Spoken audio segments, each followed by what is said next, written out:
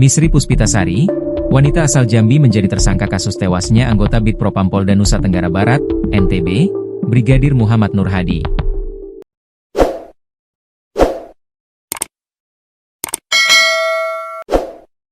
Wanita berusia 23 tahun tersebut telah ditetapkan sebagai tersangka bersama dua anggota polisi, yakni Kompol Imade Yogi Purusa Utama dan Ibda Haris Chandra.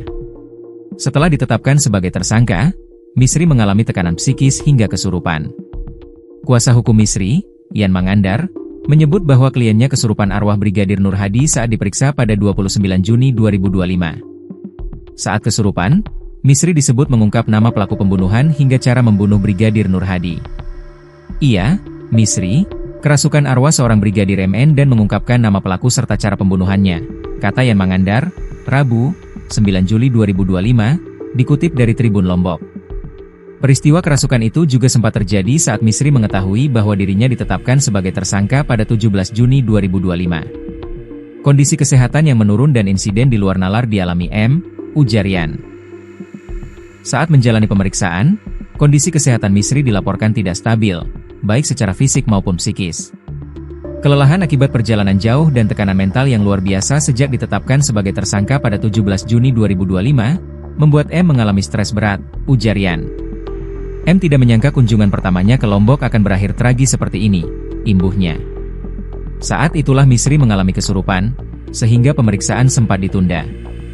Misri Puspitasari diduga disewa oleh Kompol Yogi Purusa untuk menemaninya berpesta di sebuah villa di Gili Trawangan, Lombok Utara, NTB, pada 16 April 2025. Ia diduga dibayar 10 juta rupiah oleh Kompol Yogi Purusa untuk menemaninya berpesta bersama Ibda Haris dan Brigadir Nur Hadi. Misri adalah seorang anak yatim yang berasal dari keluarga sederhana di Jambi.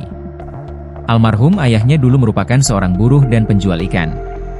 Setelah kehilangan sosok ayah, Misri menjadi tulang punggung keluarga untuk menanggung biaya hidup ibu dan 5 saudaranya.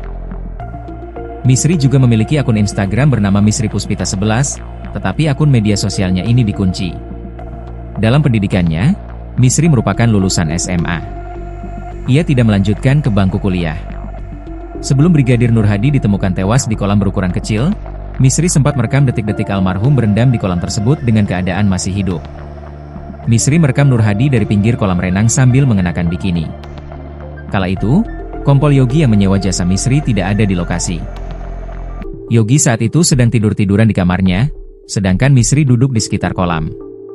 Dalam video yang beredar berdurasi 7 detik, memperlihatkan Brigadir Nur Hadi berendam sendirian. Tidak terlihat ada tanda-tanda mencurigakan dalam video tersebut. Brigadir Nur Hadi bahkan masih sempat melihat ke arah Misri sambil terus berendam. Sementara itu, di dekat kolam tersebut terlihat gelas dan botol serta wadah untuk menyimpan es batu. Dalam kasus kematian Brigadir Nur Hadi ini, sebanyak 3 orang ditetapkan sebagai tersangka. Mereka adalah Kompol Imade Yogi Purusa Utama, Ibda Haris Chandra, dan Misri Puspitasari.